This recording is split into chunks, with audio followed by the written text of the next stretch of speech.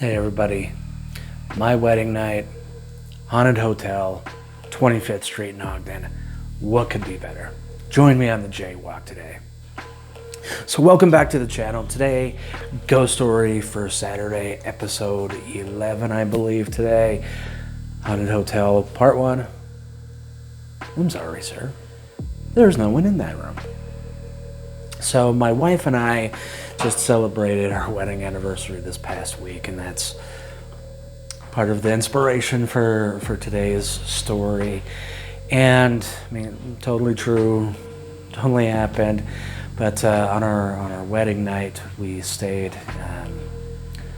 on 25th Street in Ogden at the Lomond, down the Bigelow, again, hotel.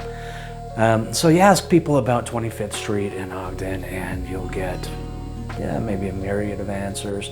It's, now it's cute, it's kitschy, it's fabulous, a lot of cool stuff. There's a lot of history with it. One of the stories is Al Capone, the famous gangster that once came through Ogden, and Union Station, the train station, is just right at the end of, around the west end of 25th Street, and as he toured 25th Street, he, made the claim, or the claim is that he said that 25th Street in Ogden was even too scary for him. But, there's a lot of history that goes along with 25th Street. There was some very, very scary things, there's history, and they say a lot of that area is haunted, and especially the tunnels that run down along the businesses there on 25th Street. But we'll maybe get to those in another episode. But today, the Lomond Hotel, or at least that's what it was when my wife and I stayed there. It's the Bigelow now. It was the Bigelow before it started its history as the Bigelow in 1927 when it was built. Little history on it. As I mentioned, it was built in 1927 on the remnants, as it were, of the Reed Hotel, which was built in 1891. Now, there's been a lot of history, and there are a few legends that go along with the Lomond Bigelow Hotel. A couple of the legends of the ghosts that supposedly haunt the place, and as with many legends, there's not a whole lot of supporting data to go along with these ones. But one of the stories is, and the stories for some reason all kind of wrap around the 11th floor. And I'm not sure why, but on the 11th floor, room 1101, apparently a new bride on her wedding night came in, was staying there, and accidentally drowned in the tub. At some point later, her son, and this makes me again wonder a little bit about the story, but again, it's the story, it's the legend. He came to collect her things, and was so overcome by grief at grabbing her things that he threw himself from the window of 1102, the room next door to where his mother had supposedly passed away. The other big legend that goes along is that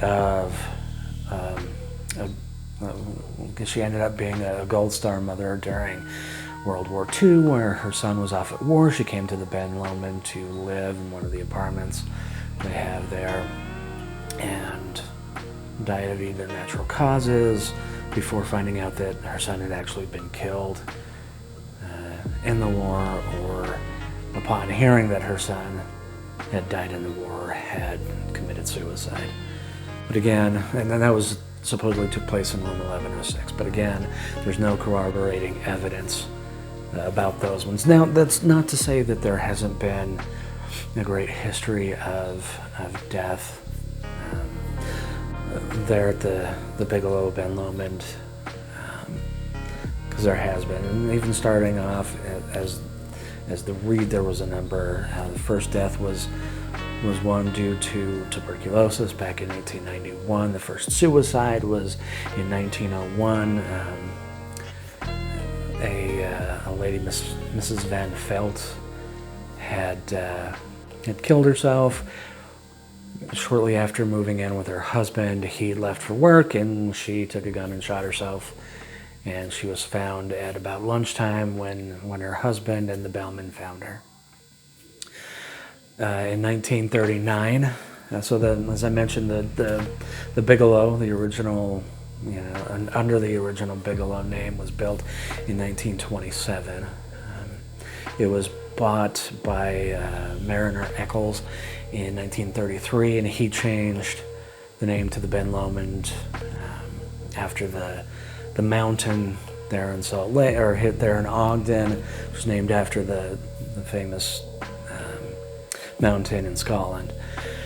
And but he called it the Hotel Ben Lomond, and things were pretty quiet until 1939 as far as deaths go. When 1939, at the start of the Depression, two gentlemen took a cab to the hotel, and they were fighting. They had a fight with a bellman on their way in, and headed straight for the elevator. They were on their way up when the elevator operator got a little, I don't know about scared, but she wanted a little extra help. So she went back down to the lobby to get some help. There was no one there, at which point the two gentlemen took the elevator, kind of stole it, and went up to the 12th floor and hurled themselves out of the window to their deaths. In 1951, the last recorded suicide took place, and that was a teacher who threw herself out of a 9th floor window. Now that was the last suicide. The last murder took place in 1974. Harry Topping Jr., who was a desk clerk, was found murdered on October 2nd. Stabbed 44 times, a very traumatic death. That's kind of the history of the deaths there. So, there's some good history, very interesting real history, and some interesting lore going along with this hotel.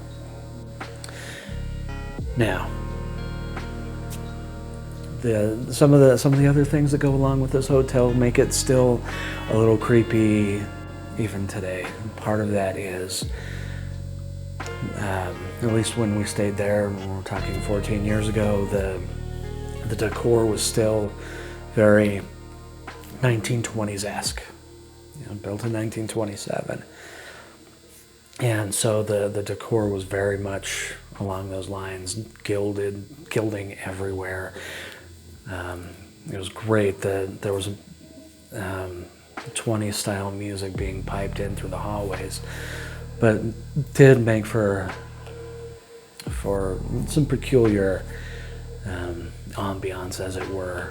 Something else interesting about the hotel is it was designed by, for anyone who is interested or knows much about Ogden,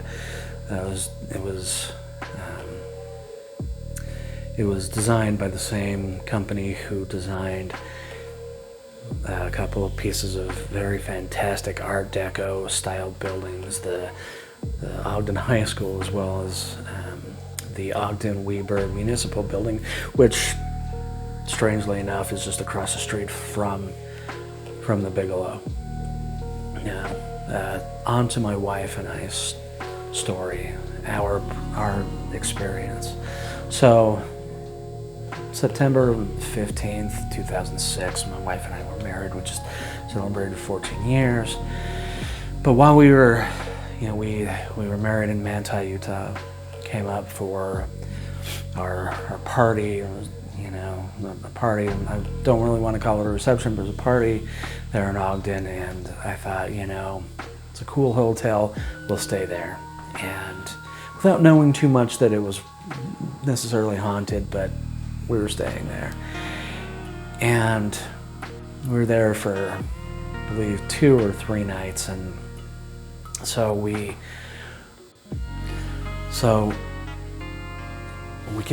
we're in the hotel, we're hanging out, no problem watching TV, everything's cool, so we're getting ready for bed.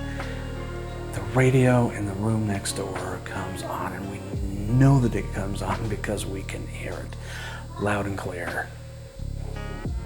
It was so overly loud, and it wasn't just a bass line, it wasn't, that we could hear the music, we could hear everything, lyrics included, and it was loud enough that, it had no problem hearing what was going on and what was on the radio. We were listening, we were listening because we had to at that point to the classic rock station. The Arrow, we heard, I know Van Halen was in there, I believe Dire Straits, some Bruce Springsteen, I think, that night as well. We heard it. And for a while, we kind of played it off. We were like, all right, maybe it'll go off here in a few minutes. And after about an hour and a half, 2 hours at like midnight, we're finally, okay, this is getting ridiculous. Let's get this taken care of. I call down to the front desk. Hey, this room next to me, off this way, the radio is playing really loud. It didn't start till 10 o'clock. Can you guys call them and have them turn it off? The lady at the front desk was, I'm sorry, sir, but there's no one in that room. And, I don't want to say necessarily argue with her, but I beg to differ here. I can hear the radio. It's up way too loud. I can hear it. Can you please? Okay, I'll see what I can do. And as I hung up the phone, the music stopped. It was just off. As I hung up the phone, not a minute later, not 2 minutes later, next night, same exact thing, like 10:05, almost on the dot, man, that radio comes on, overly loud. And, this time I, kind of got onto it a little earlier, and again, called down to the front desk. Hey, this is happening again. And I get the same answer. I'm sorry, sir, there's no one in that room. And I'm like, I'm sorry, but, there either has to be someone in the room or something's going on. That radio just came on again. And sure enough, as I hung up that phone, radio was off, gone. I believe the last day, we've gotten some treats, like a picnic basket full of stuff, and as we're again eating that the next day, just hanging out, no big deal, same thing, radio comes on, it's loud, it's still playing the classic rock station, and that time we just let it go during the day. We're okay with that. Now, to say that this was paranormal, I'm a little more skeptical on this because there could very well have been someone there playing with things. And I've tried to figure that out, but it's the fact that, both times at night, as I hung up the phone, man, that's gone. And, there was really no way for a person to know that I had called the front desk to have them turn that off that quickly, as quickly as it was, just as I hung up the phone. So, I tend to be a little more skeptical, but at the same time, I'm open to it. Leave what you believe up to you. Thanks for joining me today on The Jaywalker. Join me again where, when we'll visit another story. Thanks for joining me. You like what you see, hit the like button here on the video, subscribe to the channel. Most of all, most importantly, share it with your friends. You want to build the community here, let me know your stories. We'll walk with you again soon.